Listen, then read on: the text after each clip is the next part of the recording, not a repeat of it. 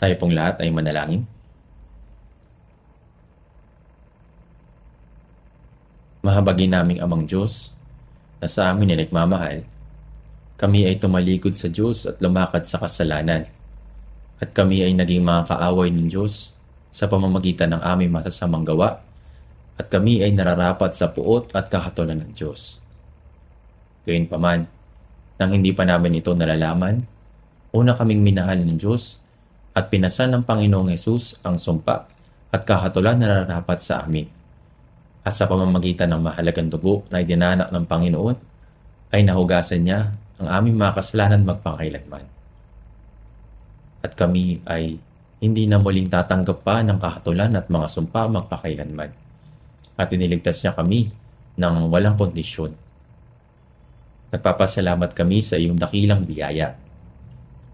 Sa oras na ito, kami ng mga tinubos ng mahalagang dugo ng Panginoon ay nagtitipon ng sama-sama sa harap ng Panginoon upang purihin ang biyaya at pag-ibig ng Panginoon, matuto ng salita ng Panginoon at magkaroon ng fellowship kasama ng Panginoon. Naniniwala kami na ang Panginoon ay kasama namin sa oras na ito. Pakiusap, protektahan mo po ang bawat isa sa amin at tawakan kami na makapangyarihang mga kamay ng Diyos.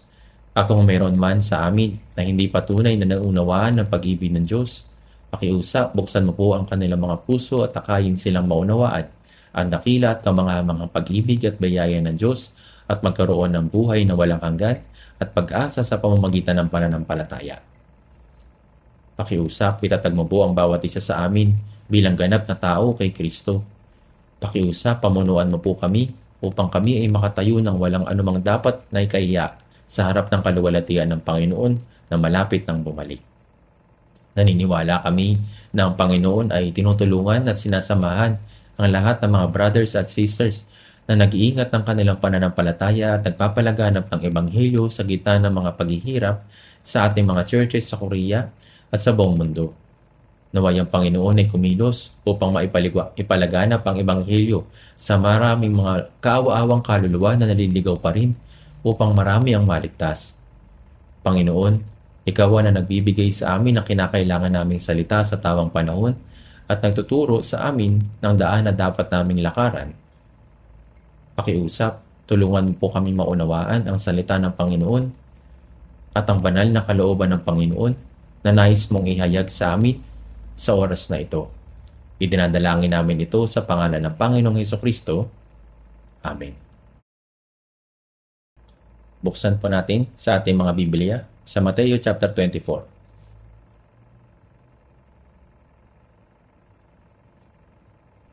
Mateo chapter 24.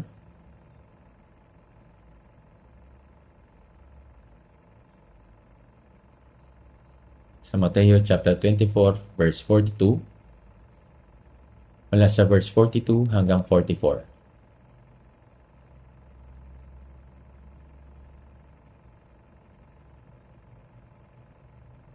Babasahin po natin ito ng sabay-sabay sa Mateo chapter 24 verse 42 hanggang 44. Basahin po natin ng sabay-sabay. Magbantay kayo sapagkat hindi ninyo nalalaman kung anong araw darating ang inyong Panginoon. Ngunit unawain ninyo ito na kung malalaman ng punot ng sambahayan kung anong bahagi ng gabi darating magnanakaw, magpupuyat sana siya at hindi niya hahayaang pasukin ang kanyang bahay. Kaya, maging handa rin naman kayo, sapagkat ang anak ng tao ay darating sa oras na hindi ninyo inaasahan. Hanggang dito po.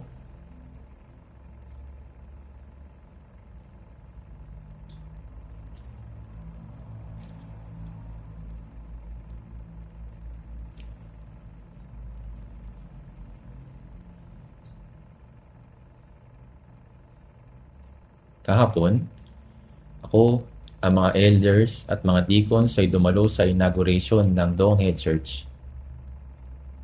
Ang Donghae ay napakalayo mula dito. Kaya gumugol kami ng mahabang oras bago makarating doon.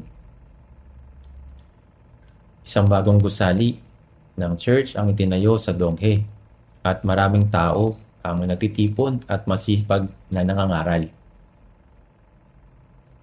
Nabalitaan ko na mayroon tayong 18 churches sa Gangwon-do Province.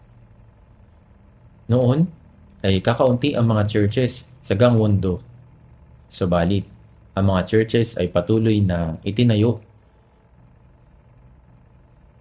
at maraming tao ang naliligtas at ang mga churches ay aktibo nagkakaisa at nangangaral.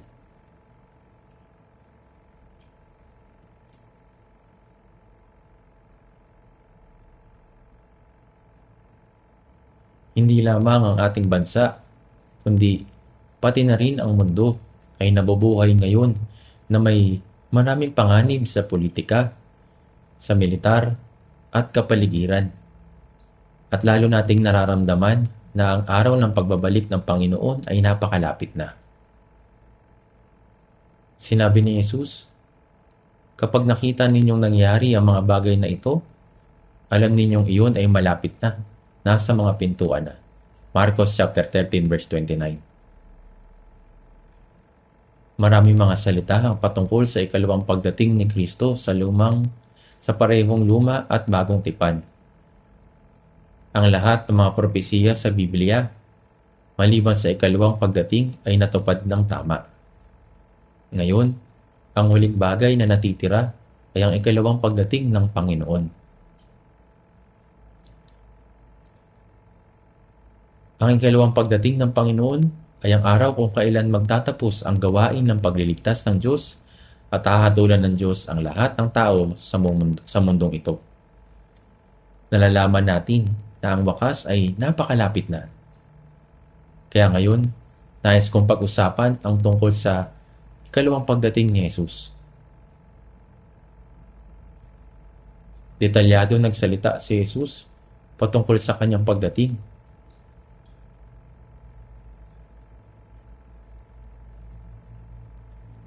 At sinabi rin ito ng mga apostol ang tungkol po dito. Kaya sinabi niya, Mateo chapter 24 verse 42, magbantay kayo, sapagkat hindi ninyo nalalaman kung anong araw darating ang inyong Panginoon.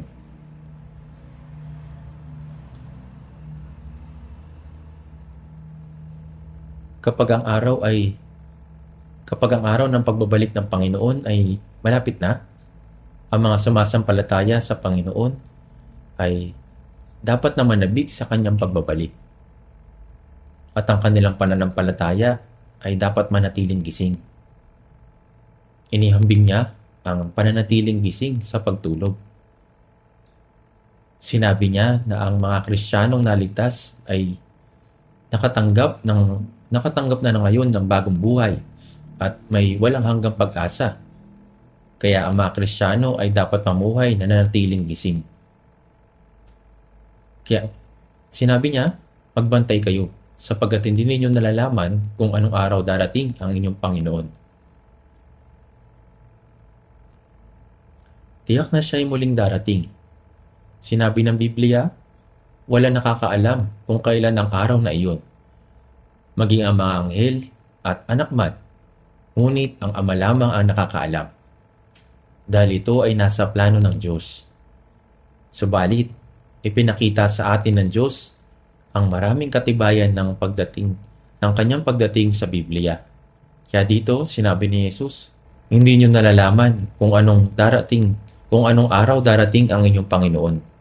Ngunit, unawaan ninyo ito, na kung nalalaman ng puno ng sambahayan kung anong bahagi ng gabi darating ang magnanakaw, magpupuyat sana siya at hindi niya hayaang pasukin ang kanyang bahay. Ang mga bahay sa Israel ay iba sa bahay sa Korea. Ang mga ito ay gawa sa putik o kahoy na napakahina dahil natatakpan lamang ng putik.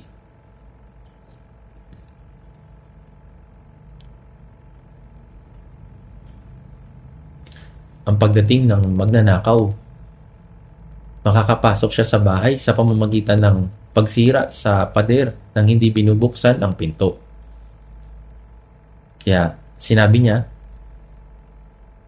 hindi niya hayaang pasukin ang kanyang bahay. At siguro, doon po ay maraming magnanakaw. Dahil sinabi niya kung anong bahagi ng gabi darating ang magnanakaw. Ang magnanakaw ay hindi magsasabing darating ako sa ganitong oras o sa ganitong araw. Hanggat maaari, sila ay darating kapag ang mga tao ay mahimbing na natutulog sa madaling araw. Sila ay biglang pumapasok sa mga bahay. Sila ay gumagawa ng kasamaan sa mga tao at nagnanakaw ng mga gamit sa loob. Kaya maging handa rin naman kayo sapagkat ang tao ay darating sa oras na hindi ninyo inaasahan. Kaya hindi natin nalalaman kung kailan siya darating.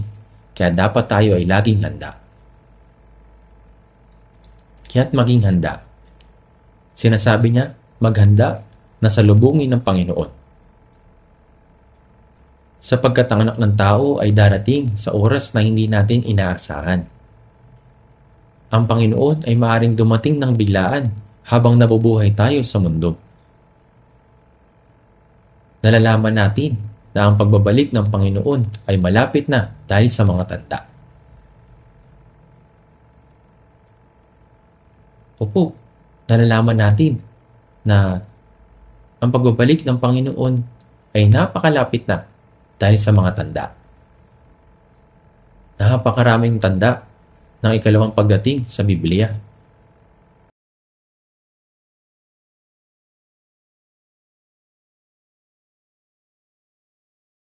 Kung titignan po natin ang Biblia, napakaraming tanda ng ikalawang pagdating ang nakasulat po dito. Nakalagay po ito at sinabi na ni Jesus.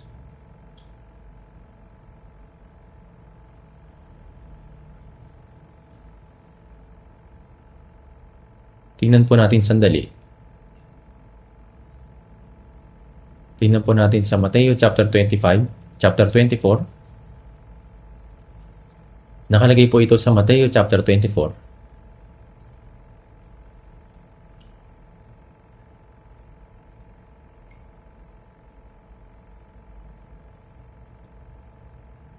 Tingnan po natin Mateo chapter 24, verse 3. Tignan po natin sandali. Sa Mateo chapter 24, verse 3.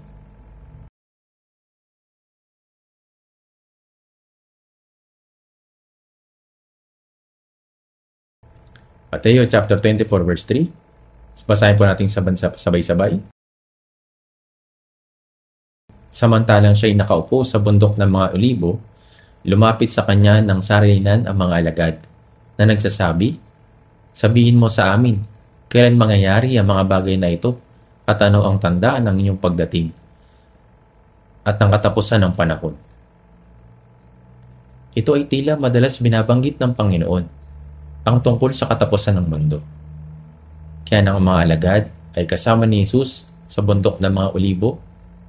Sa araw na iyon, itinuro niya ang salita sa maraming tao sa templo ng Jerusalem at sa labas.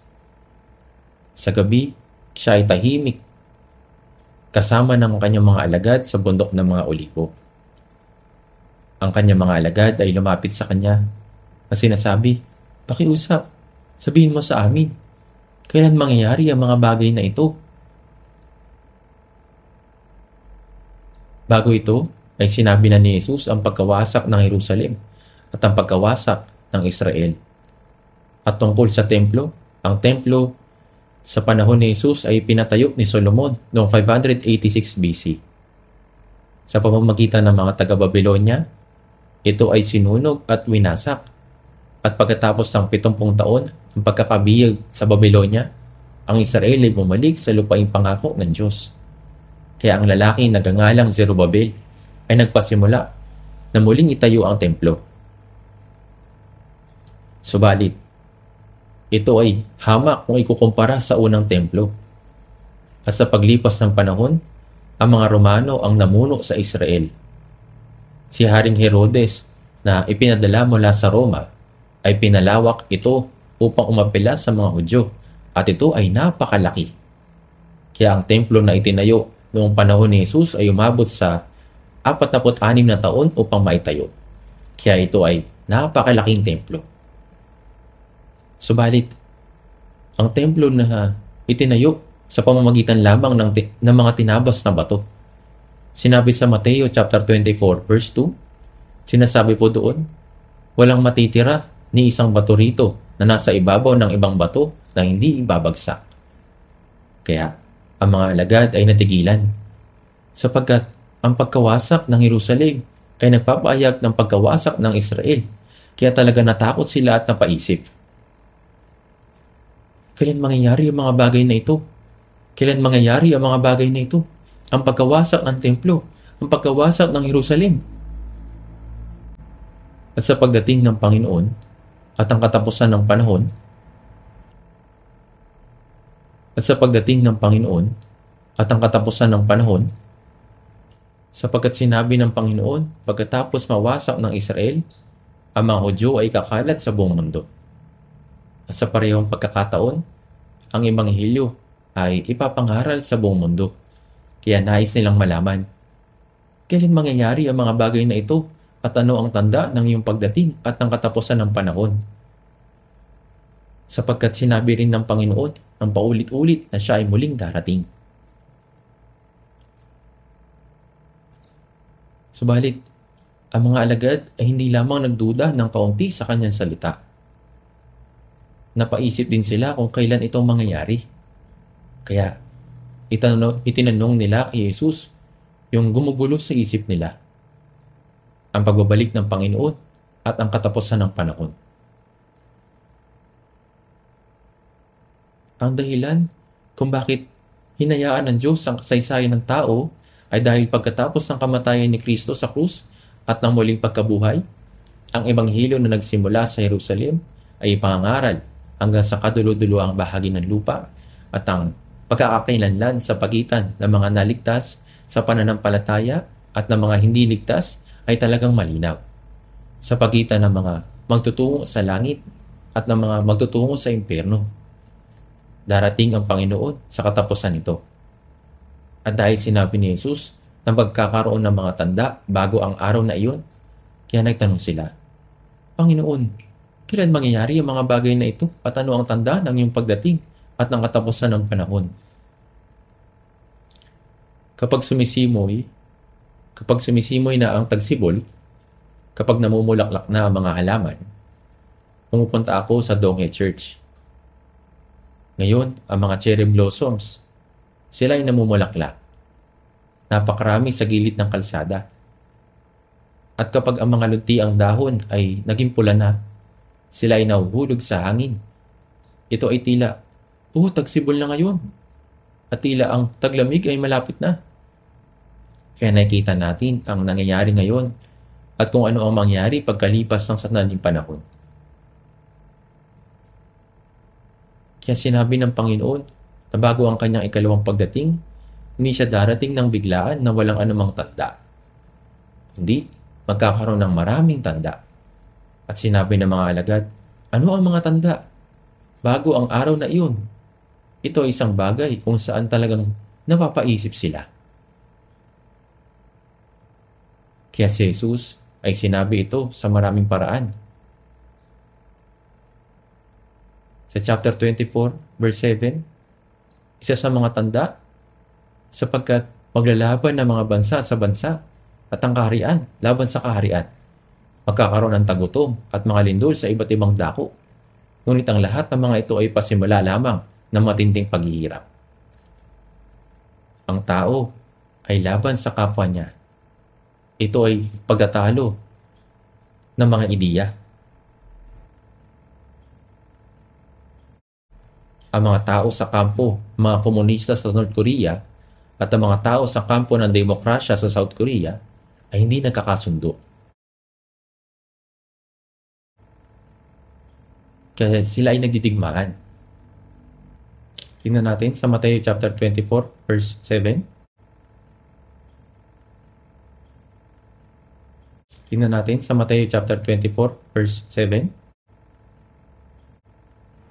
Sapagkat maglalaban ng mga bansa sa bansa at ang kaharian ang laban sa kaharian. Magkakaroon ng tagutom at mga lindol sa iba't ibang dako. Ngunit ang lahat ng mga ito ay pasimula lamang ng matinding paghihirap. Ito po yung nangyayari sa panahon natin ngayon.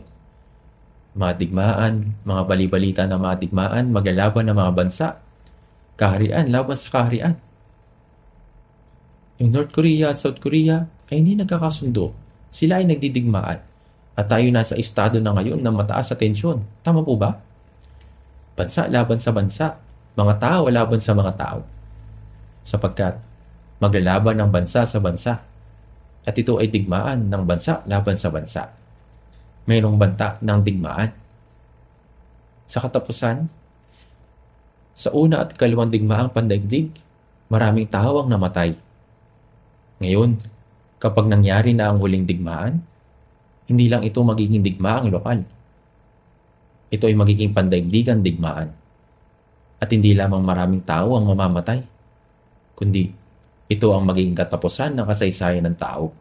Ang digmaan na nalalaman natin sa Biblia ay isang digmaang nuklear. At mayroong panahon sa mga araw ni Noe na ang kasamaan ay laganap na at hinatulan ng Diyos ang mundo sa pamamagitan ng baha. At ang panahon ngayon, ito ay masigit pang makasalanan kaysa sa panahon ng Sodoma at Gomora. Higit pang masama kaysa sa panahon ni Noe. Kaya ngayon, ang natitira na lamang ay ang huling paghuhukom ng Diyos. At ang dahilan kung bakit hindi pa hinuhukuman ng Diyos ang mundo ngayon ay dahil sa binasa natin sa 2 Pedro chapter 3. Sinasabi po doon, 2 Pedro chapter 3 verse 8, ang isang araw sa Panginoon ay tulad ng 1,000 taon. At ang 1,000 taon ay tulad sa isang araw. Kundi matyaga sa inyo na hindi niya ibig na sino man ay mapahamak, kundi ang lahat ay dumating sa pagsisisi, sa verse 9. Ang Diyos ay matyaga para sa marami pang kaluluwa na hindi paligtas. Ang Diyos ay naghihintay na maligtas sila. Subalit, mayroong hangganan ng pagtatyaga ng Diyos at ito ay magtatapos. Kaya, maglalaban ang bansa sa bansa. Bansa laban sa bansa. Ito ay banta ng digmaan. Ang huling digmaan ay hindi kagaya ng sinaunang digmaan. 8 bansa sa buong mundo ngayon ang mayroong nuclear weapons. Ang North Korea na isang maliit na bansa ay tinatakot tayo gamit ang nuclear weapons. Sa Ezekiel chapter 38 ay naglalaman ng detalyadong mangyayari sa huling digmaang nuklear. Ayon sa Biblia, ang pangunahing tauhan dito ay ang Russia. Sa sinaunang panahon, ang bansang ito ay kinikilala sa pangalan na Rosh. Kapag titingin ka ng direkta sa hilaga mula sa Israel, matatanaw mo ang Moscow, ang malayong hilagang bahagi ng lupain ng Rosh. Kasama ang Meshek at Moscow ay maikibahagi sa digmaang ito. Ang Russia ang mangunguna sa maraming bansa sa paglusob sa Israel at lahat ng ito ay nakahanda na. Pinangalanan na rin ng Biblia ang mga bansa na kikilos upang makipag-alyansa sa Russia sa mangyayaring paglusob. Ang pangunahin sa lahat ng mga kalyansa ay ang Iran. Ang layunin ng Iran sa pagbuo ng nuclear weapon ay upang atakihin ng Israel. Ang Russia ang susuporta sa Iran wala sa likod.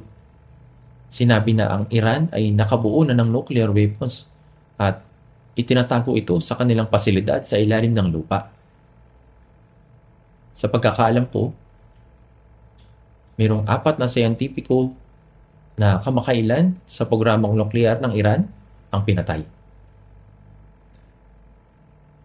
Isang umaga, isang Iranian nuclear scientist ang malapit na magmaneho papunta sa trabaho. Nang sandaling paandarin niya ang kanyang sasakyan, isang bomba ang sumabog. Sa ganitong paraan, humigit kumulang 4 hanggang 6 na Iranian nuclear scientist ang napatay. Ang Israel ay aktibong kumikilos upang pigilan ang Iran sa paghahanda para sa digmaan. Ngayon, ang mga bansa katulad ng Russia at Iran, ang mismong mga bansa na nangunguna sa paglusob laban sa Israel ay nasa lugar na. Eksakto tulad ng propesiya sa Biblia sa literal na tekstong ito. Ang huling digmaang nuklear ay magiging digmaang. Ang huling digmaang ito ay magiging digmaang nuklear. Sinabi sa Zacarias chapter 14 verse 12, ang Biblia ay nagbigay ng isang nakakagulat na paglalarawan kung ano ang mangyayari sa panahong iyon. Sinabi po doon, ito ang magiging salot na ibibigay ng Panginoon sa lahat ng mga bayan na nakipagdigma laban sa Jerusalem. Ang kanilang laman ay mabubulok habang sila'y nakatayo pa sa kanilang mga paa. At ang kanilang mga matay nabubulok sa kinalalagyan ng mga ito. At ang kanilang mga dila ay mabubulok sa kanilang mga bibig.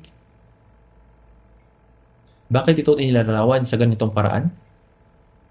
Karaniwan, kapag ang isang tao ay nabubulok, ito ay nangyayari pagkatapos ng kamatayan habang nakahiga.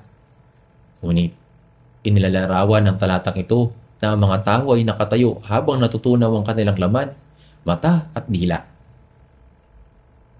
Malino na itinuturo nito ang isang pagsabog ng nuklear at napakabilis at matindi na walang oras upang bumagsak. Sila ay natutunaw habang nakatayo. Kaya ngayon, kahit na ang detalyadong larawan sa paparating na digmaang nuklear ay nakasulat na sa Biblia, hindi natin ito mapagdududahan. Tiyak na magaganap ang digmaang nuklear. Kaya, tulad ng nasusulat, maglalaban ang mga bansa laban sa bansa at ang kaharian laban sa kaharian. Malinaw natin na ikita na tandang ito ay natutupad ng walang alinlangan sa ating panahon. Dumating na sa puntong parang isang himala na hindi pa sumisiklab ang digmaan. Sa katunayan, hindi natin alam kung anong mangyayari sa loob ng isang araw. Madalas na nagbabanta ang North Korea na gawing dagat ng apoy ang Korean Peninsula. Ang mga ito ay hindi lamang walang laman na pagbabanta. Bagaman hindi malinaw kung nakatanggap sila ng teknolohiyang nuklear mula sa Russia, ang malinaw na itinuturing nila ang pagpapaunlad ng mga sandatang nuklear at misal ay kanilang pinakamataas na prioridad. Sa katunayan, ipinagmamalaki pa ng North Korea ang pagiging pinakamakapangyarihang militar sa mundo. Walang aninlangan na nabubuhay tayo sa mapanganib na mga panahon. Gayunpaman, hindi tayo dapat matalo ng takot. Dahil bago magsimula ang huling digmaang nuklear, ang Panginoon ay babalik. Pagdating ng digmaang nuklear, ito ang hudyat ng katapusan ng mundo. Ngunit, bago ito mangyari, tayo mga mananampalataya ay kukunin pa itaas at dadalhin sa langit sa pagbabalik ni Kristo. Kung paanong inilabas ng Diyos si Lot at ng kanyang dalawang anak na babae bago ang pagkawasak ng Sodoma at Gomora, at kung paanong si Noe at ang kanyang pamilya sa kabuuan ay 8 ay iniligtas sa daong at nakatakas sa paghahatol ng baha. Gayon din, ang mga Kristiyano ay maliligtas mula sa paghahatol bago hatulan ng Diyos ang mundo sa pamamagitan ng apoy sa huli.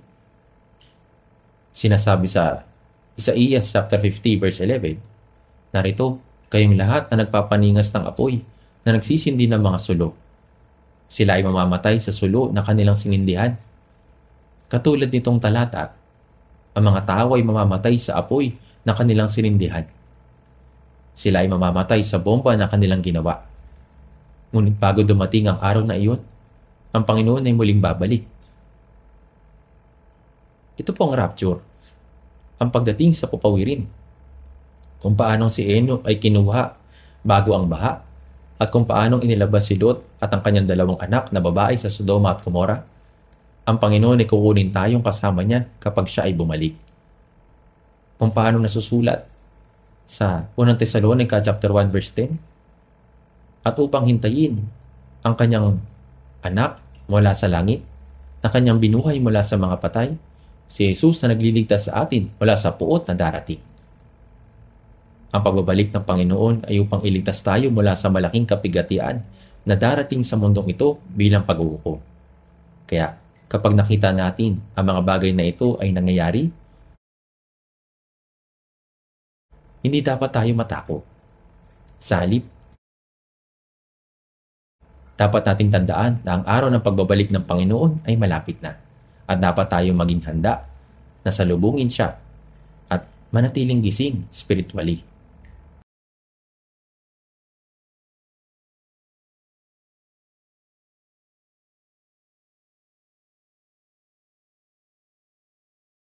Tingnan po natin sandali sa Mateo chapter 24. Sa Mateo chapter 24, verse 7, babasahin po natin, sapagkat maglalaban ang bansa sa bansa at ang kaharian laban sa kaharian. Magkakaroon ng tagutom at mga lindol sa iba't ibang dako. Ngunit ang lahat ng mga ito ay pasimula lamang ng matinding paghihirap. Magkakaroon ng tagutom sa iba't ibang dako. At pagkatapos, sa Lucas chapter 21, sinasabi ang patungkol sa mga sakit, mga epidemya o salot. Pagkatapos ay mga lindol. Ang lahat ng mga ito ay natural na sakuna. Habang ang mga lindol ay naganap sa nakaraan, simula sa ika-20 siglo, ang frequency ng mga ito ay tumaas ng husto. Ngayon, ang mga lindol ay madalas na nangyayari at marami mga buhay ang nawawala sa buong mundo sa bawat taon. Halimbawa na lamang, sa kasalukuyan sa Myanmar, nagkaroon ng 7.7 magnitude na lindol na pumatay ng maraming buhay. Narinig niyo po ang patungkol dito? Tama po? Ang mga dalubhasa ay nagbababala na marami pang lindol at mas malakas pa. Ito yung inaasahang mangyari sa iba't ibang bahagi ng mundo. Magkakaroon ng tagutom sa iba't ibang dako. Opo, ang tagutom ay nangyari sa nakaraan. Ngunit dahil sa air pollution at mga anomalya sa klima, maraming bansa sa ngayon ang nagdurusa dahil sa tagtuyot. Nangihina ang mga pananim at ang mga tao ay hindi makapag-ani ng sapat na pagkain. Bilang resulta, maraming namamatay sa gutom. Sa kabilang banda, tayo naman ay napakaraming pagkain na nagiging problema. Sinusubukan nating mag-diet o kumain ng mas kaunti. Ngunit, sa may hirap na mga bansa, hindi mabilang ng mga tao ang nagugutom dahil wala silang sapat na pagkain. Tagutom sa iba't ibang dako. Ang abnormalidad sa klima ay nangyari sa buong mundo ngayon. Ang mga problemang ito ay walang tanda na masusolusyonan pa. Sa Lucas chapter 21, binanggit ang salot o nakakahawang mga sakit. Opo, may mga paglaganap sa nakaraan tulad ng Ebola virus at Black Death. At maraming tao ang namatay mula sa mga ito. Ngunit, ang naranasan natin sa COVID-19 pandemic ay hindi lamang paglaganap sa isang rehiyon. Mabilis itong kumalat sa buong mundo. Ito ay parang isang preview kung ano ang lumitaw, kung ano ang darating. Isang preview kung ano ang darating. Marami ngayon na nagsasabi na mas nakakatakot na sakit ang maaring lumitaw sa hinaharap. Kailangan talaga natin gumising spiritually. Sinasabi ng Biblia na magkakaroon ng tagutom sa iba't ibang dako, na sinusundan ng mga lindol at mga salot. At nakikita na natin ang mga bagay na ito ngayon na patuloy na nangyari sa buong mundo. At ang mga sakuna ng ito ay nagiging mas malala sa paglipas ng panahon. Kaya na sinasabi sa Mateo chapter 24 verse 8, ang lahat ng mga ito ay pasimula lamang ng matitinding paghihirap. Ang pasimula ng matinding paghihirap. Ibig sabihin na sinimulan ng Diyos na pahintulutan ng mga kapigatian sa mundong ito. Mga sakuna upang hatulan ang masasama. Nabubuhay tayo ngayon sa panahon kung kailan nagsisimula ang mga paghatol na ito. Pagkatapos sinabi sa Mateo chapter 24 verse 11, isa pang tanda ay ibinigay. Maraming bulaang propeta ang lilitaw at ililigaw nila ang marami. May mga bulaang propeta na kahit sa lumang tipan. Ngunit ngayon, ang kanilang bilang ay hindi na mabilang. Ang mga bulaang propeta ay nasa lahat ng dako na inililigaw ang maraming tao. Dito rin ay malinaw na tanda ng katapusan ng panahon. Maraming bulaang propeta ang lilitaw at ililigaw nila ang marami. Napag-isipan niyo na po ba ang kahulugan ng marami sa talatang ito? Walang sino man na magsasabi na ako ay bulaang propeta. Sinasabi nila, ako ay tunay. Maring iba't ibang anyo ng huwad na pananampalataya. Yung huwad na pananampalataya na may anyo ng kabanalan kung paanong si Satanas ay nagpapakita sa anyo ng anghel. Kaya sinabi sa Mateo chapter 7 verse 21, hindi lahat na nagsasabi sa akin, Panginoon, Panginoon, ay papasok sa kaharian ng langit. Hindi, ang gumaganap ng kalooban ng aking Ama na nasa langit. Hindi lahat na nagsasabi sa akin, Panginoon, Panginoon. Maraming bulaang propeta ang dinadaya ang maraming tao. Kaya naman, maraming church building at maraming sekta, maraming pastors ang mayroong sigasig. Gayunpaman, kung lahat sila ay ang mga taong nangangaral ng tamang ebanghelyo, gaano ito kabuti? Sa lumang tipan, nagkaroon ng henerasyon kung saan mayroong ilang daang bulaang mga propeta at walang sino man ang propeta ng Diyos. May mga ilang beses na noon. Ngunit ngayon, kung titignan natin ang mga gawa ng mga tao nagsasabi na sila ay mga propeta, ngunit walang karanasan ng pagiging born again, at nagtuturo sila ng maling doktrina, kaya nagpapanggap sila na banal at mabuti, sila ay mga mapagkunwari. Maraming mga bulaang propeta. Marami po talagang mga bulaang propeta. Mahirap makahanap ng mga tao na nangangaral ng tunay na ebanghelyo. Maraming members ng church, napakaraming members ng Kristyanismo sa ating bansa. Tama po ba? Napakaraming mga churches, napakaraming mga membro ng Kristyanismo sa buong mundo, kahit na sa ating bansa. Ngayon ay ang golden age ng pandaigdigang Kristyanismo. Ngunit ano ang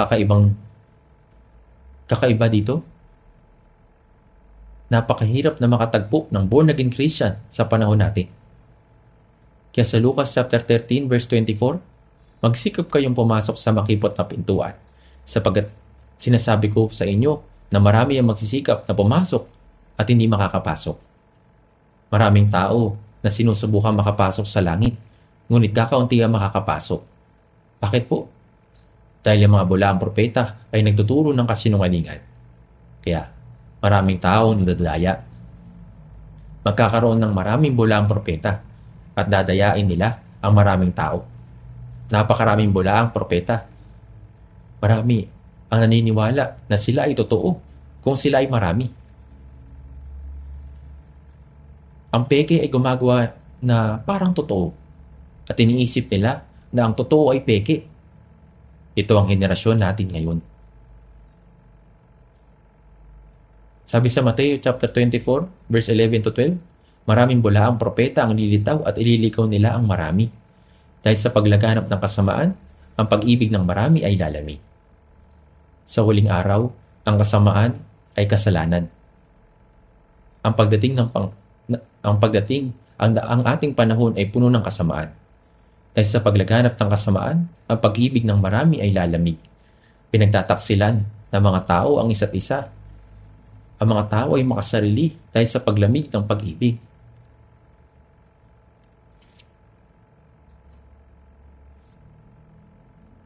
Ito po yung nangyayari sa panahon natin ngayon. Yung pag-ibig ng marami ay lalamig. Ang mga tao ay nagiging makasarili dahil sa paglamig ng pag-ibig. Ito po yung nangyayari sa panahon natin ngayon.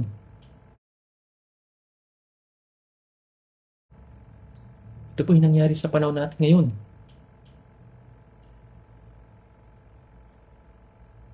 Tingnan po natin sa Mateo chapter 40. Mateo chapter 24 verse 14. Basahin po natin ang sabay-sabay. At ang magandang balitang ito ng kaharian ay pahayag sa buong daigdig bilang patotoo sa lahat ng bansa at pagkatapos ay darating ang wakas. Ito ay napakahalagang salita ng Panginoon. At ang magandang balitang ito ay ng kaharian ay ipahayag sa buong daigdig. Ipahayag sa buong daigdig. At ang magandang balitang ito ng kaharian ay ipahayag sa buong daigdig bilang patutuo sa lahat ng mga bansa. Nang sabihin nito ni Jesus, hindi naunawaan ng mga alagad niya. Marami rin sa mga Israelita, ang bayang pinili ng Diyos ang hindi naniwala kay Jesus. Ano nangyari pagkalipas ng 2,000 taon? Wala nang ipinangaral ito ni Jesus. Ito ay naipangaral na sa Jerusalem, sa buong Judea, Samaria, hanggang sa kaduluduluhang bahagi ng mundo. Sa panahon ni Jesus, ang ginagamit nila ay Hebrew Bible. Paano naman ang Biblia ng mga Hudyo? Ang lumang tipan ay Hebreo. May ilang bahagi na Aramaic at ang bagong tipan ay Griego dahil nang isulat ito ay panahon ng Hellenistic period. Gayunpaman, kung magsasalita tayo sa Hebreo at Griego, sino makakaunawa nito? Para sa pagpapalaganap ng ebanghelyo sa mundo, dapat itong isalin sa sariling wika ng bawat bansa. Ngayon ay naisalin na ang Biblia sa 3,686 na wika. Ito ay naibalita kamakailan lang. Kaya, naisalin ito sa lahat ng wika. Naisalin na ito sa lahat ng wika sa mundo. Ipahayag sa buong daigdig. Ito ay ipahayag sa buong mundo. Ito ay ipahayag hanggang sa kaduluduluhang bahagi ng lupa. At pagkatapos ay darating ang wakas. Ibig sabihin, ang pagbabalik ng Panginoon. Ang huling kasaysayan ng Ebanghelyo ay magwawakas. Totoong tayo ay naligtas sa mga huling panahon ayon sa plano ng Diyos. At tayo ay nabubuhay kung saan ang huling pagdating ni Jesus ay malapit na. Hindi na tayo dapat mag-alinlangan tungkol dito. Ang lahat ng mga tanda ng huling mga araw ay unti-unting naisa sa katuparan. Mayroon pa bang mga tanda ang hindi natutupad? Ang isa sa pinakamahalagang tanda ng mga huling araw ay nasa Mateo chapter 24. Tingnan po natin sa Mateo chapter 24. Mateo chapter 24 verse 32. Basahin po natin ito mula verse 32 hanggang 34. Mateo chapter 24 verse 32 hanggang 34. Basahin po natin sabay-sabay. Kaya, pag-aralan ninyo mula sa puno ng igos ang kanyang talinhaga. Kapag malambot na ang sanga nito at umuusbong na ang mga dahon, alam ninyong malapit na ang tag-araw. Gayon din naman kayo. Kapag nakita ninyo ang lahat ng mga bagay na ito, alam ninyong siya'y malapit na, nasa mga pintuan na.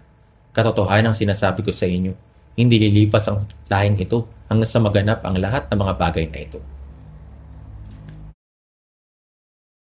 Kaya, pag-aralan ninyo mula sa puno ng igos ang kanyang talinhaga. Ang kahulugan ng talinhaga ng puno ng igos ay ang Israel. Ang pambansang bulaklak ng South Korea ay Rose of Sharon. Ito po yung tawag dito. Kapag may niknik, nabubulok ito at namumulaklak makalipas ang isang taon. Ang ating bansa ay gaya ng isang taong nagtagumpay sa kabila ng maraming pagdurusa gaya ng Rose of Sharon. Ang puno na sumasagisag sa bansang Israel ay ang igos. At ang dahilan kung bakit ito ay isang igos ay dahil wala itong bulaklak. Kung hahatiin mo ang isang hinog na igos, ang loob ay pula. Kaya, sinasabi ng iba na ito ay prutas na may bulaklak sa loob. Dahil nagtatago ang bulaklak sa loob ng prutas. Sa lumang tipan, nang sumuway ang mga Israelita, sinabi ng Diyos sa kanila, sa Jeremias chapter 24 verse 3, mga igos, ang magagandang igos ay napakaganda at ang masasama ay napakasama. Ano pat hindi makakain ang mga iyon dahil sa kabulukan. Nang gumawa ng masama ang mga Israelita, sinabi ng Diyos na sila ay tulad sa masasamang igos. Kaya hinayaan niya itong mamatay. Sa Mateo chapter 21, ng madaling araw, si Jesus ay pumunta sa Jerusalem. Siya ay nagutom. Nang panahong iyon, may isang puno ng igos na maraming dahon. Kaya nilapitan niya ito kung may mga bunga o wala. tinignan niya, walang bunga maliban sa mga dahon. Kaya isinumpa ni Jesus ang puno ng higos na iyon. Kaya ito ay natuyo at namatay. Mayroon bang taong pumapatay ng puno dahil walang bunga?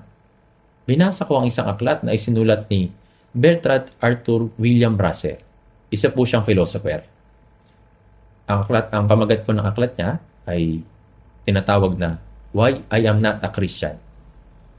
Maagang namatay ang mga magulang niya at siya ay pinalaki ng kanyang lola na debotong Kristiyano.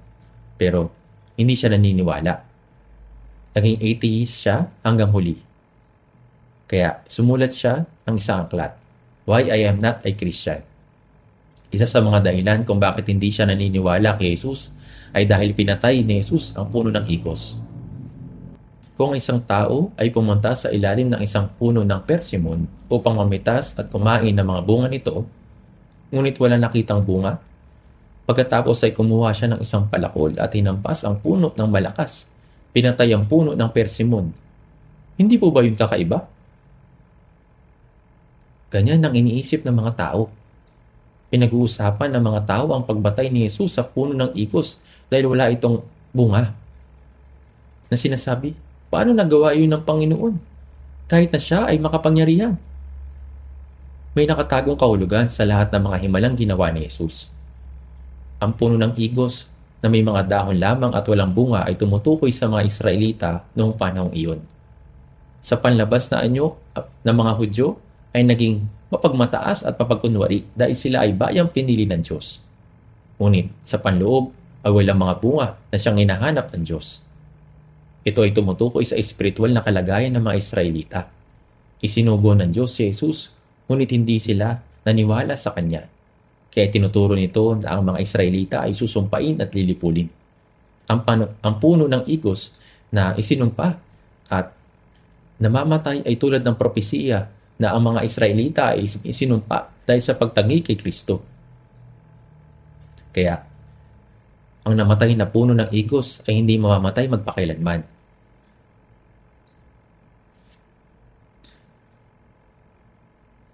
Mabasahin po natin sa Mateo chapter 24 verse 32 hanggang 33.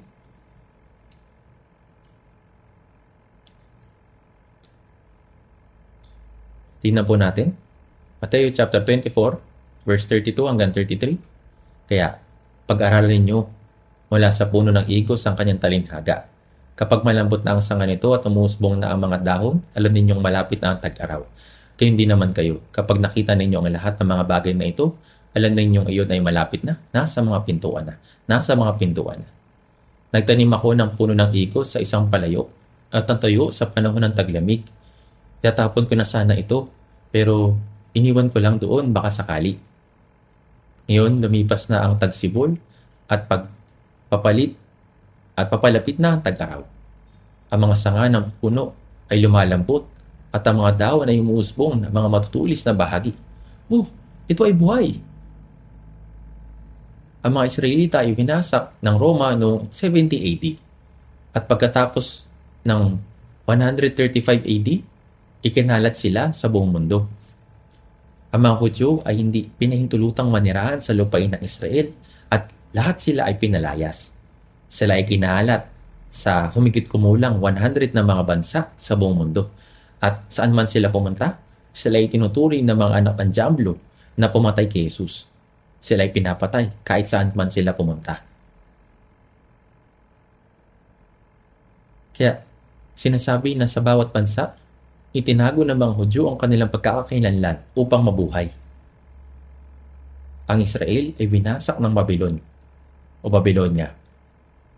586 years bago dumating si Jesus at sila ay pinalaya sa kanilang lupain noong AD 70. At pagkatapos ng AD 135, ikinalat sila sa buong mundo. At nasaan sila sa loob ng 2,000 taon? Nawala ang kanilang bansa.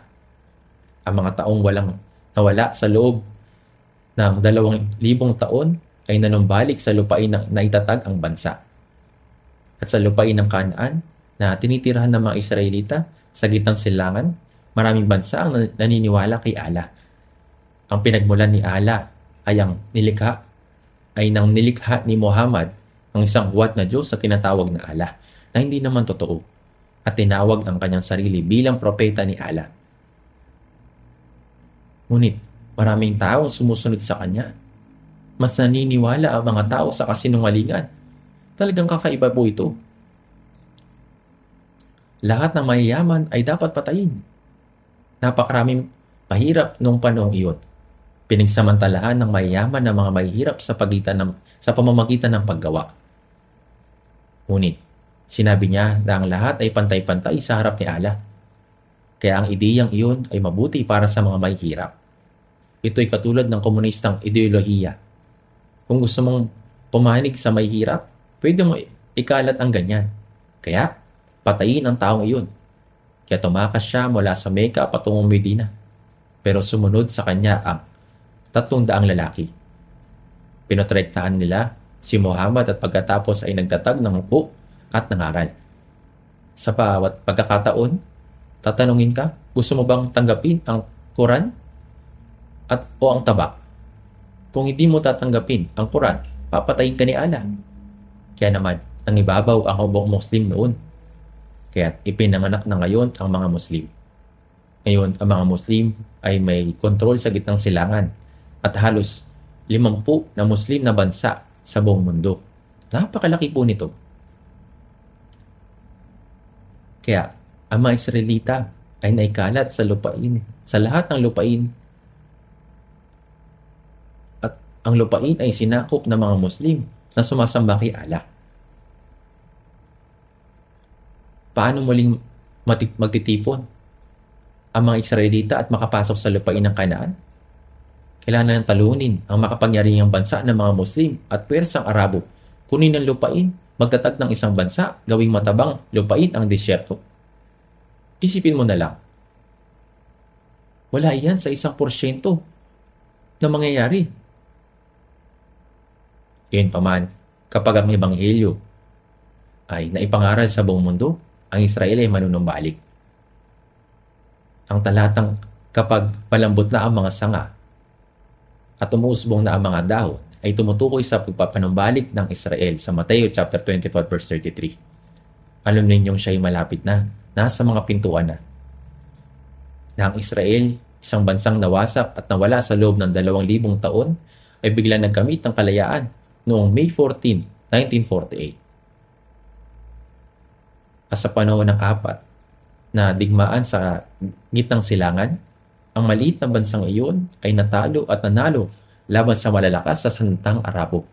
Naitatag ang isang bansa doon. Sa pinagsama-samang bilang ng mga Hudyo sa buong mundo ay hindi pa aabot ng 20 milyon. Ang kanilang populasyon ay hindi gaya ng Seoul Metropolitan Area sa Korea. Pero, pinahirapan nila ang mga sandatahang Arabo sa gitnang silangan. Nagtatag ng isang bansa at naging pandaigdigang makapangyarihang pang-ekonomiya. Sila ay bansang laging nananalo sa mga digmaan. Isang bansa na may pinakamararaming matatalino. Isang bansang may pinakamaraming pera. Isang tunay na kakaibang bansa. Ito po yung Israel. Inaakala ng mga tao na ang bansa ay lubos na namatay. Kaya, bakit sila naging malaya pagkatapos ng 2,000 taon? Ito'y gaya ng isang puno ng igos pagkatapos ng taglamig. Ang mga sanga ay lumalambot at ang mga sanga ay tila tuyo at patay ay naging malambot at sumisibol ng mga dahon. Kaya sinasabing nanunumbalik ang Israel. Noong May 14, 1948, ang mga dahon ay sumibol ng husto. Alam niyo po ba? Ang puno ng igos na inaakalang patay na, ang bansang Israel na nawala, ay naging isang bansa pagkatapos ng 2,000 taon. Ito ay isang bagay na hindi pa nangyari sa kasaysayan ng mundo. Kaya nang makikita natin sa Jeremias chapter 31, verse 35 hanggang 36.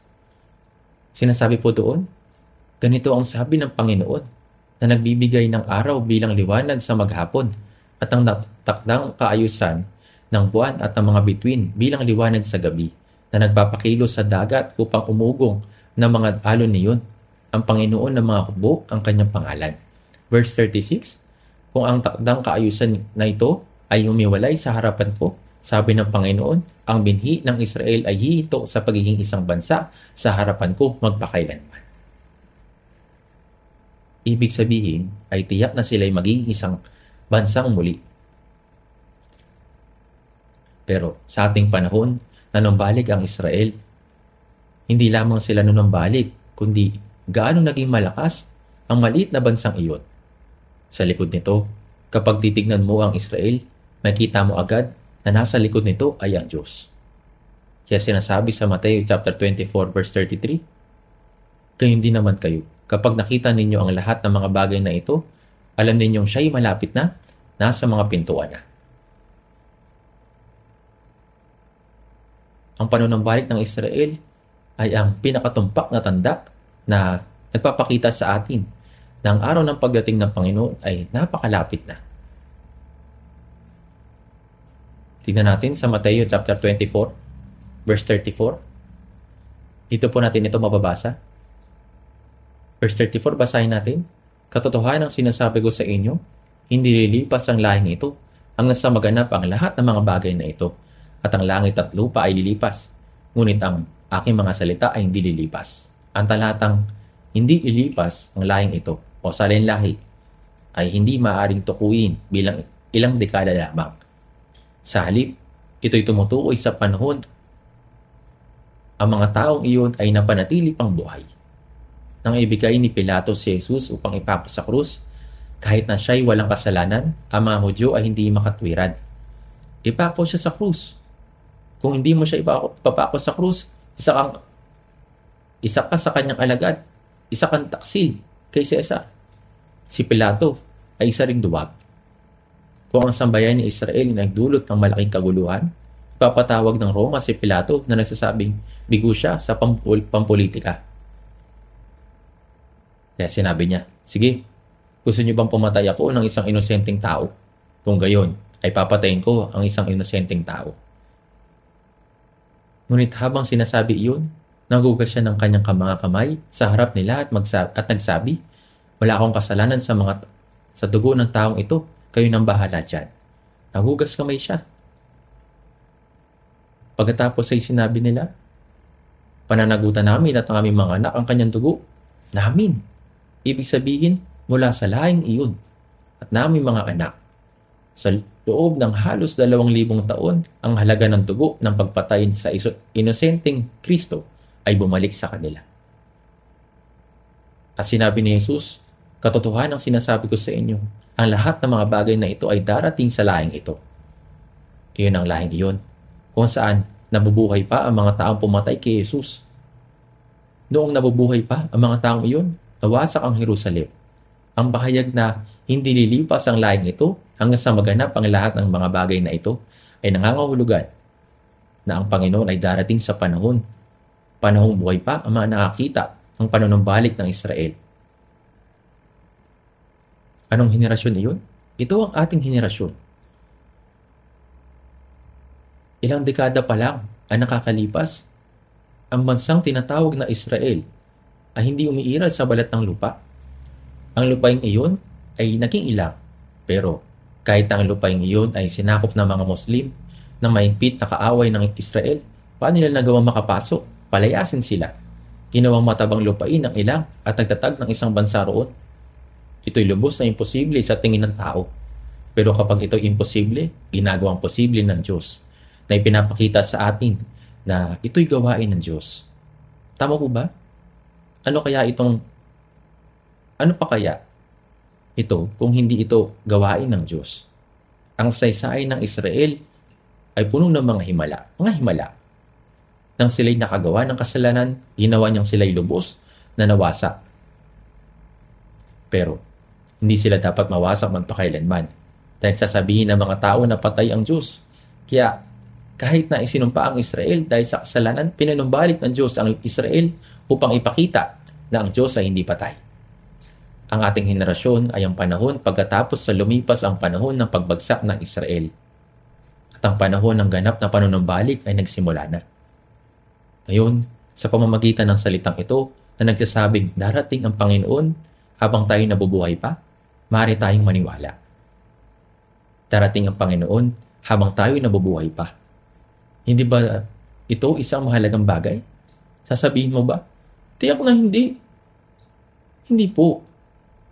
Maghintay lang tayo at tignan. Kahit ngayon, pwedeng dumating ang Panginoon. Kung hindi siya dumating ngayon, maaaring bukas.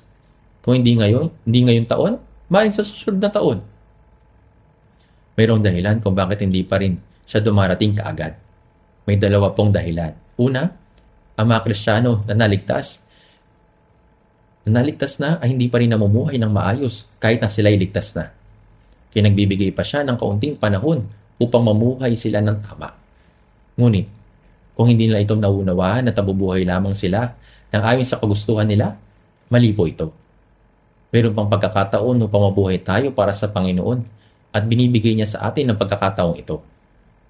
At para doon sa mga hindi pa nakakatanggap ng kaligtasan. 2 Pedro chapter 3 verse 8, nakalagay po doon, sinabi, subalit huwag ninyong kaliligtaan.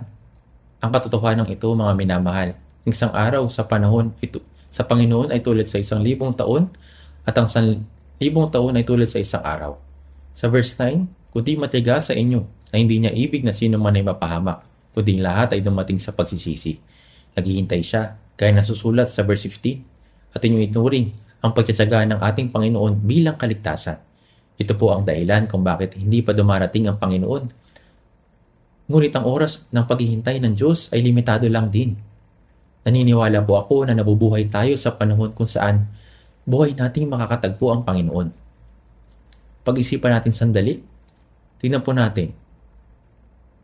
Pag-isipan natin sandali kung paano mangyayari kapag bumalik na ang Panginoon. 1 Pedro chapter 1 verse 13. 1 Pedro chapter 1 verse 13. Basahin din po natin ito ng sabay-sabay.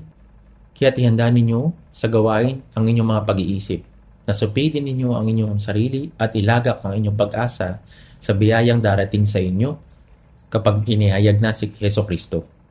Kaya ihanda ninyo sa gawain ang inyong mga pag-iisip. Nangahulugang itong paghahanda para sa isang paglalakbay na nagbibigis ng kanyang baywang at nagsusuot ng sapatos.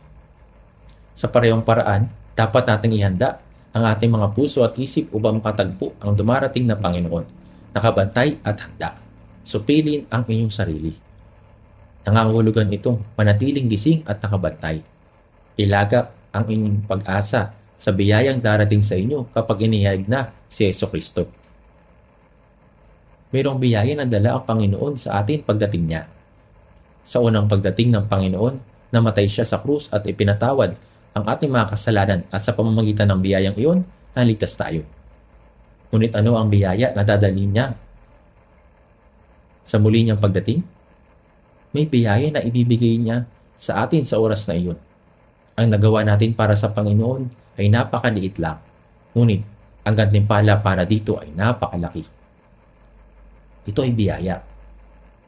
Ang ating pagsunod, paggawa, at sakripisyo para sa Panginoon, kung titignan natin ito, hindi ito ganoon kalaki. Ngunit, kumpara dito, ang gantimpala na ibinibigay sa atin ng Panginoon ay napakalaki at walang hanggan. Ito rin po ay biyaya. Ilagak ang inyong pag-asa sa biyayang darating sa inyo. Kaya dapat nating naisin ang araw na iyon. Tingnan po natin sandali. Sa Hebreo chapter 10, tingnan po natin, Hebreo chapter 10, bago po ito mag-Santiago. Hebreo chapter 10, verse 37. Babasahin din po natin ito ng sabay-sabay. Hebreo chapter 10, verse 37. Hebreo chapter 10, verse 37. Basahin po natin ng sabay-sabay. Sapagkat sa sandaling panahon, ang siyang dumarating ay darating at hindi na maaantala. Sa sandaling panahon. Kung babasahin natin ito, matatanong natin, kailan ba sinabi ito at hanggang ngayon ay hindi pa rin siya dumarating? Ngunit sa sandaling panahon. Sa kapakiramdam natin ay mahabang panahon ito. Ngunit sa Diyos, hindi po. Kung titignan natin sa awit 90 verse 4, sapagkat ang 1,000 taon ay sa iyong paningin ay parang kahapon lamang kapag ito'y nakalipas, gaya ng isang gabing pagbabantay. Nangangahulugan ito na sa Diyos, dahil lang ito ng sandaling panahon na lumilipas. Sinabi sa 2 Pedro chapter 3 verse 8, ang isang araw sa Panginoon ay tulad ng 1,000 taon, at ang 1,000 taon ay tulad ng isang araw. Kaya sa Diyos, sandaling panahon lamang ito. Kapag dumating na ang oras, ang siyang dumarating ay darating. Ang nangako na darating ay tiyak na darating at hindi maantala. Ang pagdating ng Panginoon ay tiyak. Tiyak na matutupad ito at may dalawang aspeto sa pagbabalik ng Panginoon. Ang pagdating sa mga ulap o rapture at ang pagdating sa lupa o ikalawang pagdating. Tungkol sa pagdating sa mga lupa, sinabi sa Mateo chapter 24 verse 40 hanggang 41, sinabi na, kaya may 2 taong pupunta sa bukid, ang isa'y kukunin at ang isa'y iiwan. May 2 babae magtatrabaho sa isang gilingan, ang isa'y kukunin at ang isa'y iiwan. Sa Lucas chapter 17 verse 34, sinabi, may 2 babae magtatrabaho sa isang gilingan at ang isa'y kukunin at ang isa'y iiwan. Ito ang mangyayari kapag dumating na ang Panginoon. May 2 taong magtatrabaho sa gilingan, ngunit bigla ang isa ay kukunin ng Panginoon at ang isa ay iiwan. Sa umaga o gabi, ang mga babae ay naghahanda ng pagkain. Ang mga babaeng Israelita ay gumagawa ng harina sa gilingan ng bato at nagluluto ng tinapay. Habang ginagawa nila ito, ang isang babae kukunin at ang isa ay may iwan. 2 tao na nakahiga sa isang higaan, natutulog at ang isa ay kukunin at ang isa ay may iwan. Ikaw man ay nagtatrabaho, nagninegosyo o naman ang ginagawa. Ang Panginoon ay kukunin ka habang ikaw ay masipag na nagtatrabaho. Ang sister na naligtas ay nagluluto at siya ay nawala. Maamoy ang masusunog na pagkain. Ano? Wala na siya. Honey, masusunog pa. Subalit walang sino man doon. Kung asawang babae lang ang ligtas at ang lalaki ay hindi ligtas, ganito po ang mangyayari. Bigla lang siyang mawawala. Kapag may isang natutulog ng mahimbing sa gabi, kahit at sila'y natutulog, ang taong naligtas ay kukunin, maging araw man o gabi o hating gabi. Kailanman siya ay dumating, dapat tayong maging handa na salubungin ng Panginoon. Kailangan po tayong maging handa. Kailangan po tayong maging handa na salubungin ng Panginoon.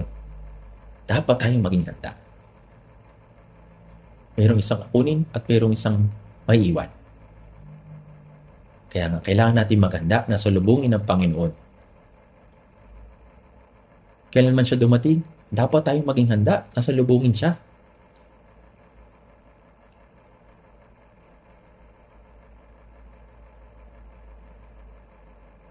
Ngayon, tignan po natin.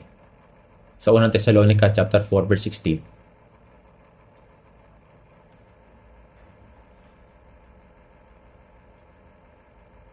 Sa 1 Thessalonica chapter 4 verse 16. 1 Thessalonica chapter 4 verse 16 hanggang 18. Sapagkat ang Panginoon mismo ang bababa mula sa langit na may sigaw, may tinig ng arkanghel, at may trompeta ng Diyos, at ang mga namatay kay Kristo ay babangon muna. Pagkatapos, tayong nabubuhay na natitira ay agawin kasama nila sa mga ulap upang salubungin ng Panginoon sa papawirin, at sa gayon ay makakapiling natin ng Panginoon magpakailanman. Kaya't mag-aliwan kayo sa isa't isa ng mga salitang ito. Itong ikalawang pagdating ng Panginoon. Kaya't mag-aliwan kayo sa isa't isa ng mga salitang ito, na may mga nakakatakot na tinig. Ang tinig ng arkanghel at ng trompeta ng Diyos ay maririnig. Na may sigaw, may tinig ng arkanghel at may trompeta ng Diyos, at ang mga namatay kay Kristo ay babangon muna. Ang mga naligtas at namatay kay Kristo, sila ang unang babangon. Ang mga naligtas at namatay ay nasa paraiso, ang kanilang kaluluwa at ang katawan ay nasa libingan. Sila ang unang babangon. Sila ay bubuhayin na may maluwalhating katawan. At tayong nabubuhay na natitira, ang mga taong nabubuhay pa sa mundo, kasama ng mga muling binuhay na banal, ay agawin kasama nila sa mga ulap upang salubungin ng Panginoon sa papawirin, at sa gayon ay makakapiling natin ng Panginoon magpakailanman. sa mga ulap. Hindi ito nangangahulugang itataas ng ilang metro lang sa hangin. Kung ito ay isasalin, ito ay pagpunta mula sa pisikal na mundo patungo sa espiritual na mundo. Kaya agawin sa mga ulap kasama ng mga muling binuhay na banal. Tinatawag itong rapture. Ang rapture ay nangangahulugang itataas sa himpapawid. Nangangahulugan ito na hihilahin pataas. Kaya pagdating ng Panginoon, tayo ay nabubuhay pa, ay biglang magbabago. Biglang mababago. Paano po? Tayo ay magbabago gaya ng anyo ng Panginoon. Babaguhin yung ating katawan. Mababago gaya ng anyo ng Panginoon. Hindi po kagaya ng ganito. Babaguhin kagaya ng Panginoon. Mababago gaya ng Panginoon.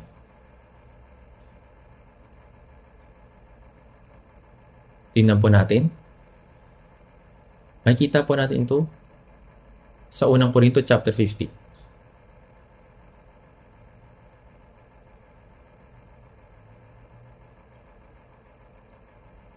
Tingnan po natin. Unang Korinto chapter 15 verse 51.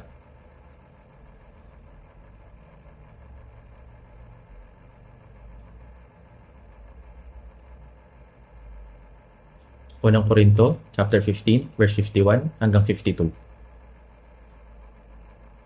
Babasahin din po natin ito ng sabay-sabay. Unang Korinto chapter 15 verse 51 hanggang 52.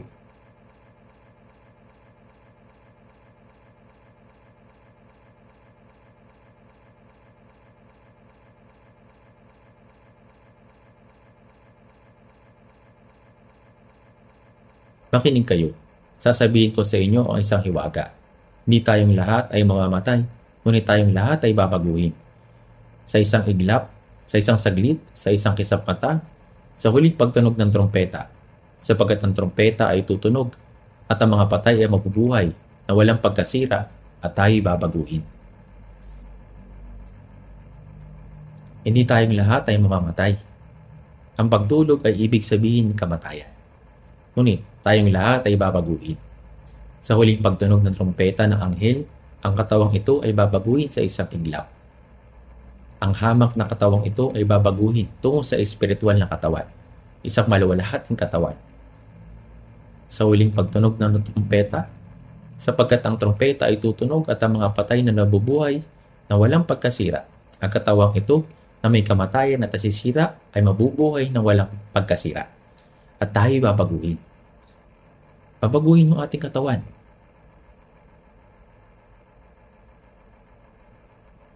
Basahin po natin sa verse 54. Unang Korinto chapter 15 verse 54. Basahin po natin. Subalit, kapag itong may pagkasira ay mabihisan ng walang pagkasira at itong may kamatayan ay mabihisan ng walang kamatayan, ay mangyayari ang salitang nasusulat. Ang kamatayan ay nilamon sa pagtatagumpay. Kapag ang katawang ito na nasisira ay mabihisan ng katawan na hindi nasisira at ang mortal na katawan ng walang kamatayan, yun ay may isa sa katuparan ng mga salita na nasusulat. Ang kamatayan ay nilamon sa pagtatagumpay. Nangangahulugan ito na ang kapangyarihan ng kamatayan ay lubos na magwawakas. Kaya ngayon, tayo ay babaguhin tungo sa katawan na walang kamatayan, walang hanggang katawan. Sila na mga muling binuhay ay bubuhayin muli bilang espiritual na katawan. Ito ang dakilang pag-asa ng mga Kristiyano. Dapat nating sampalatayanan ang mga salitang ito. Maghihintay pa ba tayo upang makita pagkatapos? Hindi po. Nakakatirang uod o caterpillar na kumakain ng mga dahon ng puno ay papasok sa isang cocoon, lalabas at magiging isang magandang paru-paro at lilipat. Kapag pinapanood ko po sa TV show na Animal Kingdom, may mga pulutong ng paru-paro. Tinatawid ang malawak na karagatan. Ito po yung mga pulutong ng mga paru-paro. Ang kanilang hamak na katawan ay babaguhin tungo sa maluwalhating katawan at haharap sa Panginoon. Inaasam at hinihintay natin ang araw na ito. Tignan po natin. Unang Tesalonica chapter 1, verse 10. Basahin din po natin ito ng sabay-sabay. Unang Tesalonica chapter 1 verse 10. At upang hintayin ang kanyang anak mula sa langit, na kanyang binuhay mula sa mga patay, si Jesus na nagliligtas sa atin mula sa puot na darating. At upang hintayin ang kanyang anak mula sa langit, na kanyang binuhay mula sa mga patay, ay ikalawang pagdating sa himpapawid. Si Jesus na nagligtas sa atin mula sa puot na darating. Puot na darating. Iniligtas tayo ni Jesus mula sa puot at paghuhukom na darating sa mundong ito. Bago ang paghuhukom sa pamamagitan ng tubig, ang pamilya ni Noe ay pumasok sa daong na ang mundo ay hinukuman sa pamamagitan ng tubig. Sa gayong ding paraan, ang mga naligtas ay maliligtas mula sa puot at paghuhukom ng Diyos sa mundong ito. Sa panahon na darating, ibig sabihin, tayo ay kukunin niya. May iba na sinasabi, ang mga naligtas ay dapat tumaan sa 7 taong kapigatian. Ito hindi nila nalalaman dahil hindi nila alam ang Biblia. Hindi na po tayo aabot doon. Kapag ang Panginoon ay muling dumating sa himpapawid, tayo kukunin ng Panginoon. Tayo po'y kukunin niya. Mayroong 7 taon na panahon sa pagitan ng ikalawang pagbabalik sa himpapawid at ng ikalawang pagbabalik sa lupa. At mayroong mga bagay na mangyayari sa panahong iyon.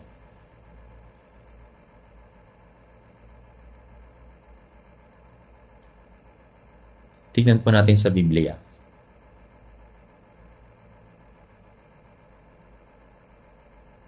Tignan po natin sa Filipos, pagkatapos yan ng Kolosas.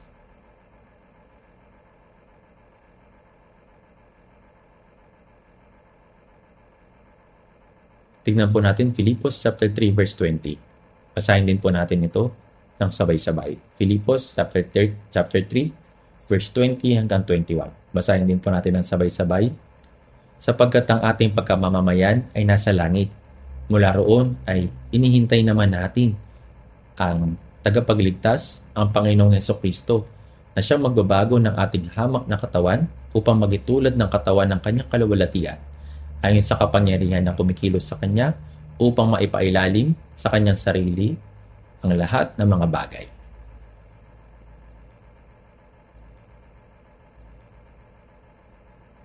Ano po sa palagay ninyo ang talatang ito? Sapagkat ang ating pagkamamamayan ay nasa langit. Ang ilan sa atin na ipinanganak sa Korea ay mayroong Korean citizenship. Tayo ay proud Korean citizens. Ang Korea ay may responsibilidad, protektahan tayo at responsibilidad na iligtas tayo kapag tayo ay nahaharap sa kahirapan. Ang mga naligtas ay mamamayan na ng langit. Kaya tayo ay mayroong 2 pagkamamamayan. Meron tayong 2 pagkamamamayan. Ang ating mga katawan ay ninirahan sa mundo, kaya mayroon tayong pagkamamamayan sa mundong ito. At ang ating kaluluwa ay mamamayan ng langit. Ang ating pagkamamamayan sa mundong ito ay malapit ng matapos. Ngayon, ang ating pagkamamamayan sa langit ay walang hanggan at maluwalhati. Sapagkat ang ating pagkamamamayan ay nasa langit, mula roon ay hinihintay naman natin ang ating pagligtas, ang Panginoong Hesukristo. Ang Panginoon ay darating upang tayo ay dalhin sa bayang iyon, ang walang hanggang bayan. Ang tagapagligtas, tayo ay kanyang kukunin. Ito ang huling kaligtasan, ang dalhin tayo paalis sa mundong ito ng paghihirap. Kaya kung ating titignan sa Roma chapter 8, sinabi po sa verse 23, ang pagtubos sa ating katawan. Ating inaasahan ng araw na iyon, ayon sa kapangyarihan na kumikilos sa Kanya upang maipailalim sa Kanyang sarili ang lahat ng mga bagay. Filipos chapter 3 verse 21. Nilikha ng Panginoon ang lahat ng mga bagay sa pamamagitan ng Kanyang salita. Kanyang pinamumunuan at pinasasailalim ang lahat ng mga bagay sa pamamagitan ng Kanyang kapangyarihan, na siyang magbabago ng ating hamak na katawan upang maging katulad ng katawan ng Kanyang kaluwalhatian. Ang hamak na katawang ito ay mababago tungo sa banal na katawan, maluwalhati gaya ng Panginoon. Gaya ng nakakadiring uod na nagiging paru-paro, inaasam natin ang araw na iyon. Kaya na dakilang pag-asa ng mga Kristiyano, hindi po ba? Dapat nating asamin ang araw na iyon. Tingnan natin sa Kolosas Pagkatapos ng Filipos, Colossus chapter 3, basahin po natin sa verse 4. Colossus chapter 3, verse 4. Babasahin din po natin ito. Colossus chapter 3, verse 4.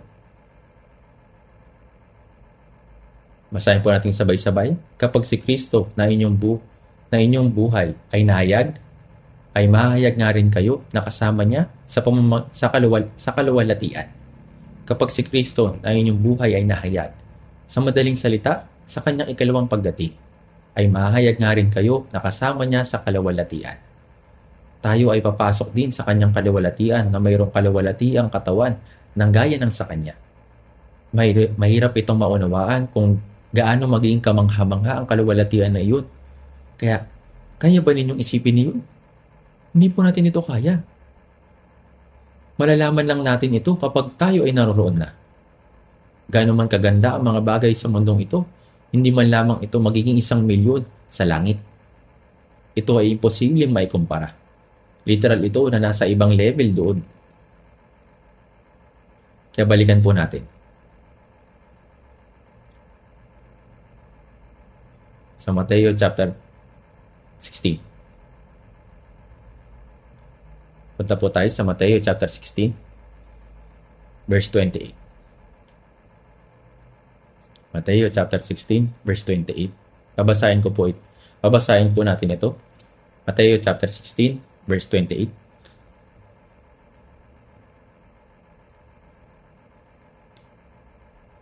Mateo chapter 16, verse 28. Babasahin po natin ito. Mateo chapter 16, verse 28.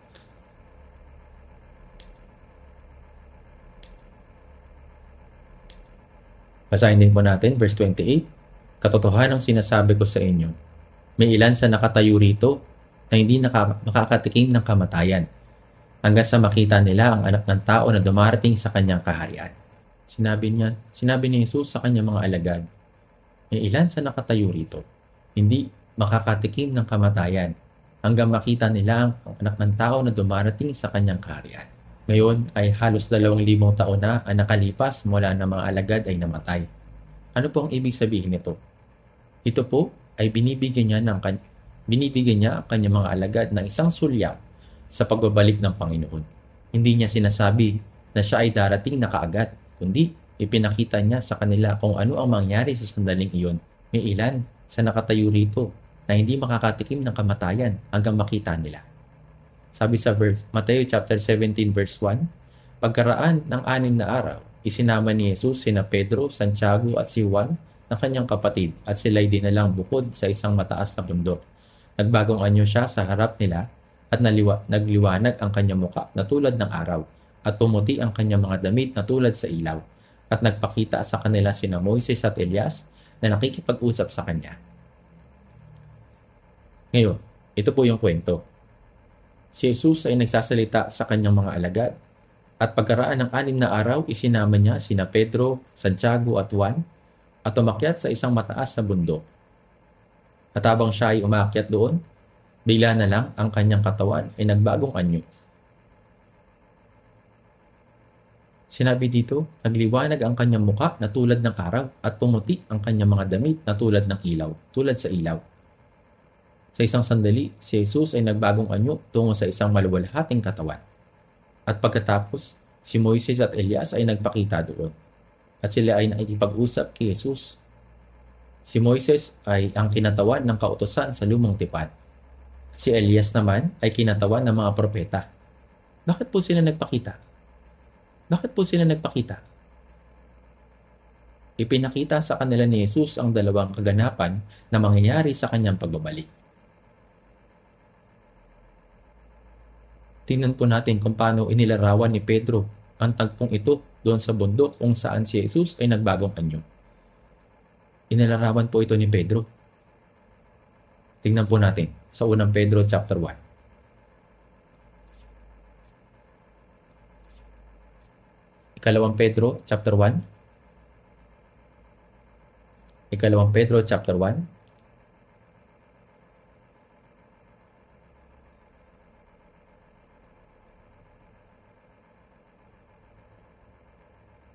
Ikalawang Pedro chapter 1, mula verse 16 hanggang 18. Ikalawang Pedro chapter 1, verse 16 hanggang 18, babasahin ko po. Sapagkat kami ay hindi sumusunod sa mga katang-isip na ginawang may katusuhan ng aming ipaalam sa inyo ang kapangyarihan at pagdating ng ating Panginoong Hesukristo, kundi kami ay mga saksi nakakita ng kanyang kadakilaan. Sapagkat siya'y tumanggap sa Diyos Ama ng karangalan at kalawalatian, at dumating sa kanya ang isang tinig mula sa marangal na kalawalatian na nagsasabi, ito ang minamahal kong anak, na siya kong kinalulugdan. Kami mismo ang nakarinig ng tinig na ito na nanggagaling sa langit, nang kami ay kasama niya sa banal na bundok. Sinabi niya, sapagkat kami ay hindi sumusunod sa mga katang-isip na ginawang may katusuhan ng aming ipaalam sa inyo ang kapangyarihan at pagdating ng ating Panginoong Hesukristo, kundi kami ay mga saksing nakakita ng kanyang kadakilaan. Nakita niya ang pagdating ng Panginoon sa kalawalatian. Saan po? Doon sa bundok kung saan si Jesus ay nagbagong anyo. Doon sa isang mataas na bundok. Ito po ang paunang sulyap sa pagbabalik ng Panginoon. Sabi sa verse 17, ito ang minamahal kong anak na siya kong kinalulugdan. Verse 18, kami mismo ang nakarinig ng tinig na ito na nanggagaling sa langit nang kami ay kasama niya sa banal na bundok. Ang pagbabagong anyo ni Jesus ay ang tagpo ng pagbabalik ng Panginoon. Nakita ito ni Pedro. Mayroong maraming kaganapan sa Biblia kung saan ang Diyos ay nagbigay ng paunang sulyap sa kung ano ang darating. Kaya, bakit ba si Moises at Elias ay nagpakita? Si Moises ay pinangunahan ang mga Israelita papalabas sa Ehipto at patungo sa lupain ng Kanaan. Subalit, nakita niya lamang ito mula sa ilog ng Jordan at hindi niya kapasok doon dahil siya ay namatay sa bundok ng Nebo bago sila pumasok. Si Elias naman ay ginawa ang gawain ng Diyos. Lumakad na kasama siya at buhay siyang kinuha ng Diyos. Si Moises ay isang kinatawan ng mga mamatay kay Kristo at muling mabubuhay at pupunta sa Panginoon.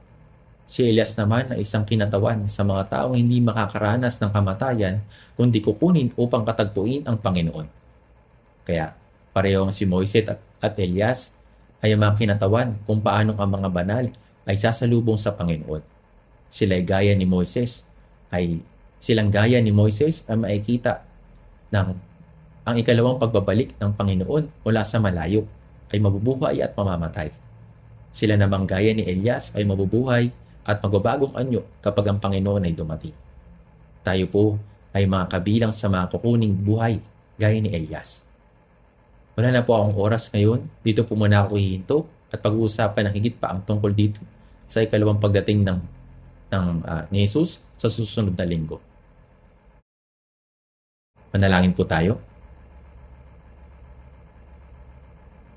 Mahabagin namin Amang Diyos, nalalaman po namin na ang araw ng iyong pagdating ay napakalapit na gaya ng iyong sinabi. Nalalaman po namin na ang mundong ito ay puno na ng kasamaan, puno na ng pandaraya at kalikuan. Subalit, nalalaman po namin na ang araw ng iyong pagdating ay malapit na upang hatulan ang mundong ito. At nalalaman din po namin na sa amin na mga naligtas, anumang kapigatian at pagdurusa ang kaharapin namin sa mundong ito ay ikaw lamang ang aming paglilingkuran, susunod sa iyong salita, mabubuhay para sa iyong kalooban at para sa iyong kaluwalhatian. At kami ay magbabagong anyo tungo sa maluwalhating katawan kapag ikaw ay dumating. Panginoon, sa maluwalhating pag-asa na ipinagkaloob mo po sa amin, pamunuan mo po ang bawat buhay upang kami ay makapamuhay na nararapat at hindi na muling ilagak ang aming puso sa mga walang kabuluhang bagay sa mundong ito.